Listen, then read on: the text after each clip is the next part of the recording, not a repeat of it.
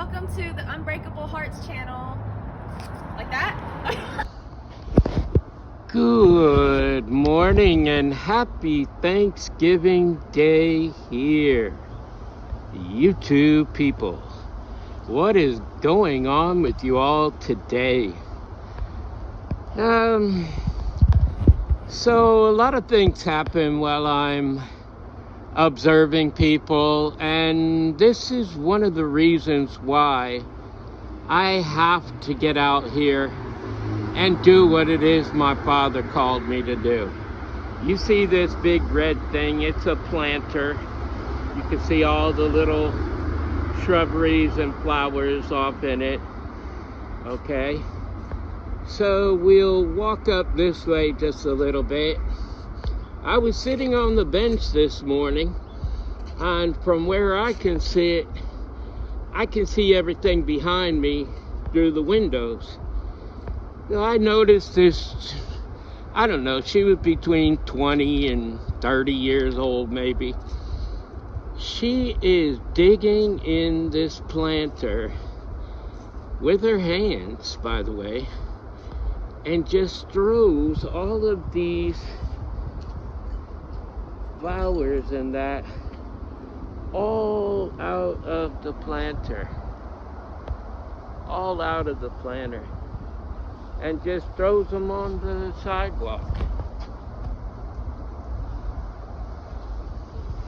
But that is what I'm saying. For me, I know that we need to bring this whole world back to a healing space again. We need to make people healthy in their mind, healthy in their emotions, healthy in their physical way. See, here's another one right here.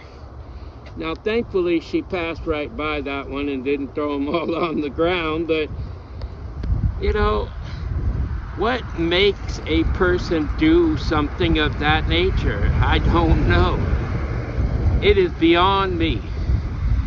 I couldn't even fathom thinking about doing something like that. I don't care how mental I become or how angry I am at the world, at different things that go on or whatever. I just don't see myself doing something like that. And therefore I don't understand why others bring themselves to do something like that. But I mean, I realized everybody's different. You know, I can honestly say that. I know that. And I just really don't get it. But this is my ultimate dream, is to help people more so in that aspect than anything else. I would love to see people come to healing. You know, many people can say they know my father, but truly they don't know him at all. I've witnessed it.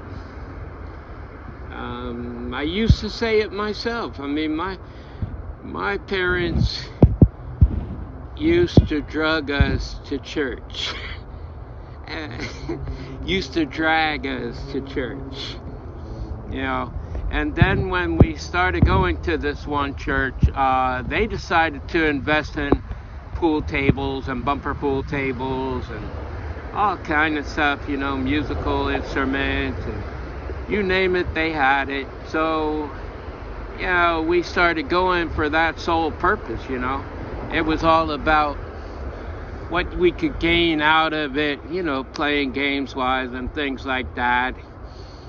They had some video games there that were like on TV, you know, that type of video game. Just all kind of stuff, and just to interact with other kids at the church, you know. But, you know, there were people there that were alienated, of course, you know, awkward people, this kind of thing and that kind of thing. A lot of them, they got in what we call cliques, you know, little groups of people and that. and they tried to act big and do things that they would probably not normally do. My status as a young person, my family didn't have a lot of money because my dad, at one time, I spoke about this before, he was a general contractor, and he had, you know, a lot of money with a partner of his. His partner stole all the money and skipped town. He became a drug addict. I think he was doing cocaine or something like that. And he took all the money, left his wife and his kids, and he fled the state. He went to Arizona or Colorado or someplace over that way, and basically wasn't heard of too much after that. I think my dad said the last time he heard of him that he was some kind of bouncer in some bar or something like that. And, you know, it kind of ruined it for everybody during that time. My dad had a bunch of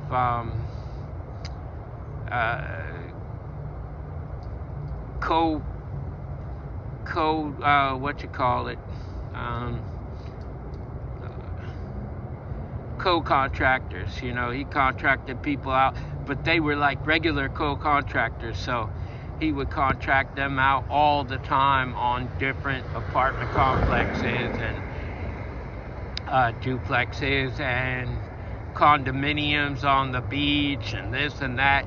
And, you know, my dad did very well during that time. But after that time, he got sick, and he couldn't do it any longer, so my mom had to go back to work.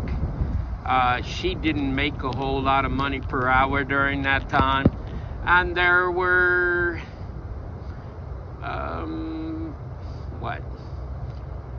there were 3 of us at that time, but then my two brothers came into our family. They adopted them. But, you know, we weren't, like, doing really well. And, you know, my brothers coming to our family was a contributor to that, although I don't feel like I ever resented them for that. But I can't speak for any of my other siblings, my 2 sisters to be exact, but I can't really speak for them because I don't know that they had resent or not for them. I never saw it firsthand, so I couldn't say. But my grandmother, which would have been my dad's mom, she disagreed with that whole situation because there were already 3 of us. My dad was sick, and it was a lot to take care of 2 extra boys. And so when they came, my grandmother didn't even recognize them, you know. When it came to be Christmas time, she didn't put gifts in the boxes that she sent for Christmas and that. She only sent to me and my 2 sisters. And, you know, she just never looked at them as being a part of our family, yet we all pretty much adopted them in, because me and my 2 sisters for sure were asked, did we agree with the whole adoption thing? And we all gave our opinions of it. So that's what happened, that's how it was, and that's how it remained. But, you know, it is what it is. Like I said, during that time, my dad was disabled. Hey, he bought and sold cars on the side to help out little bits of here and there, but, you know, nothing major, I guess you could say. But he did help out to a certain degree. And my mom, of course, she had to go back to the workforce and, you know, try to make enough money for food. And I think they did very well, because we never had to take advantage of any government programs. They never got food stamps. They never got help through the government for anything.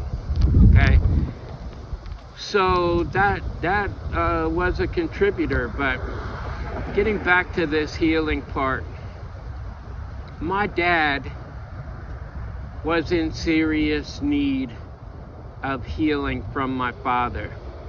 And I don't believe that he ever got it. Now, if you ask my two sisters and my mom, they probably would have said something different. But I think that it was more of like a temporary thing. It kept him around, the little things and the blessings and the miracles that happened with him, but it wasn't a total takeaway of his problem altogether. He still had problems. He still took medicine.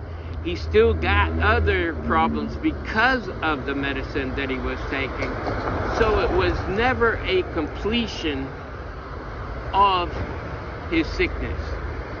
You know, he had to take prednisone and Imuran, which both of those are like high-class steroids, and they do other things to your body with other side effects also. And it never was a complete healing of it. I mean, it wasn't like the polycystic kidney disorder just walked right out of his life.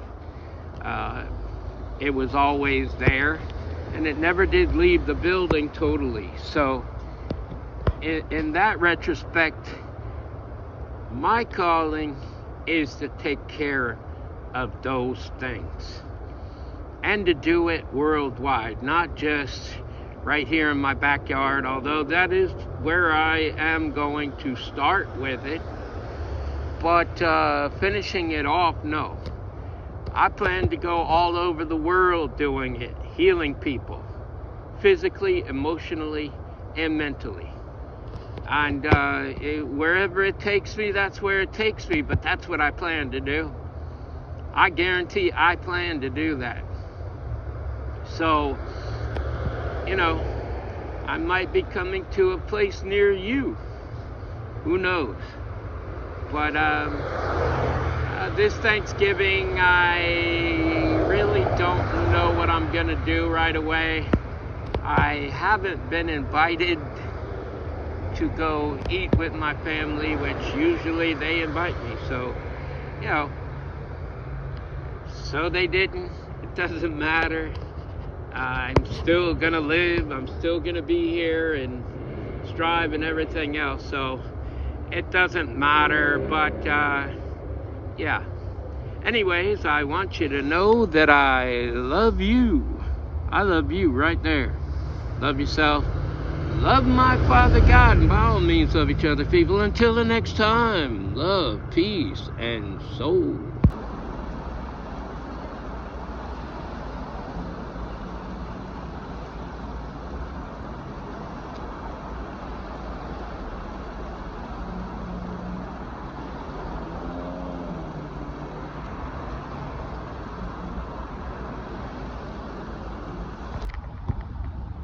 What a beautiful sight to a night.